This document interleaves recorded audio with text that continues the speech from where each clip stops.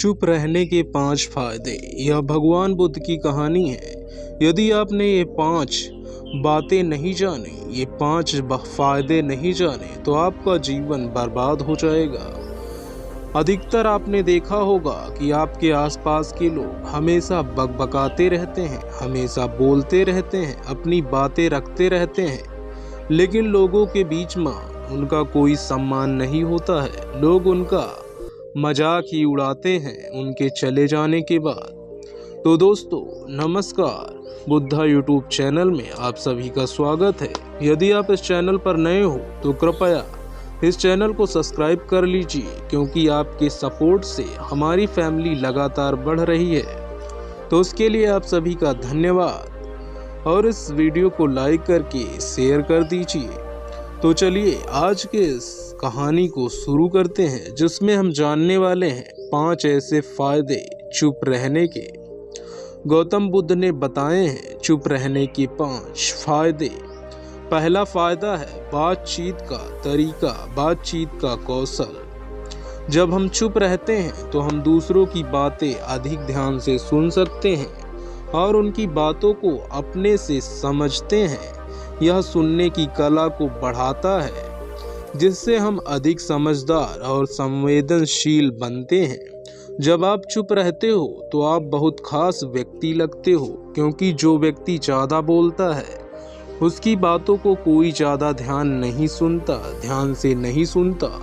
और जब आप कुछ बोलते हो तो लोग आपकी बातों को अच्छे से सुनते हैं। इससे आपकी इज्जत बढ़ती है। दूसरा फायदा है संयम।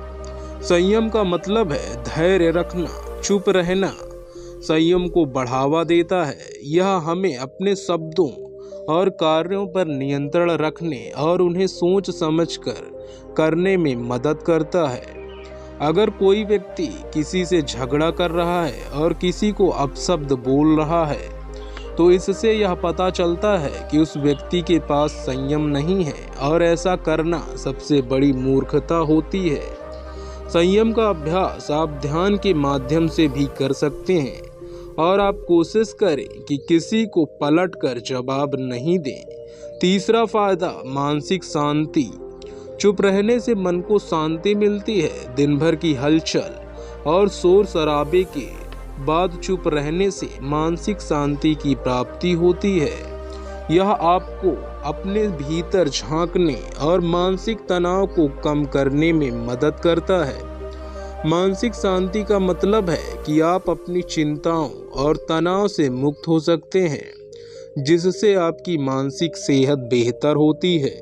चुप रहने के माध्यम से आप अपनी मानसिक ऊर्जा को पुनः प्राप्त कर सकते हैं, जिससे आप अधिक ताजगी महसूस करते हैं और स्पष्ट सोचने में सक्षम होते हैं। चौथा फायदा विवेक का विकास। विवेक का विकास मौन के माध्यम से होता है। जब हम अनावश्यक बोलना बंद करते हैं तो हमारे निर्णय अधिक संतुलित और विवेकपूर्ण होते हैं। बुद्ध ने विवेकपूर्ण जीवन जीने पर जोर दिया था, जिसमें मौन का पालन महत्वपूर्ण है। उनके अनुसार मौन का पालन करने से मन की अशांति कम होती है और विचारों में स्थिरता आती है। विवेक का विकास होने से पढ़ाई में भी मन लगने लगता है, और इससे व्यक्ति को सही और गलत का भेद स्पष्ट रूप से समझ में आता है, जो विवेक का मूलभूत तत्व है। पांचवा फायदा है आत्मनिरीक्षण। चुप रहना आत्मनिरीक्षण का अवसर प्रदान करता है। आत्मनिरीक्षण का मतलब है अपने भीतर झांकना और अपने विचारों, भावनाओं और व्यवहार का विश्लेषण करना। यह हमें आत्म जागरूकता बढ़ाने में मदद करता है, जिससे हम अपने जीवन में सुधार ला सकते हैं। आत्मनिरीक्षण हमें अपने गुणों और कमजोरियों को पहचानने और उन्हें स्वीकार करने में मदद करता है। इससे हमें अपने लक्ष्यों और प्राथमिकताओं को स्पष्ट करने का अवसर मिलता है, जिससे हम अपने जीवन को बेहतर दिशा में ले जा सकते हैं। इन 5 फायदों के माध्यम से स्पष्ट होता है कि चुप रहना केवल एक साधारण अभ्यास नहीं है, बल्कि यह आत्म विकास, मानसिक शांति और आध्यात्मिक उन्नति का एक महत्वपूर्ण साधन है। बुद्ध ने इसे जीवन का एक महत्वपूर्ण अंग माना और इसे आत्मज्ञान की दिशा में महत्वपूर्ण कदम बताया।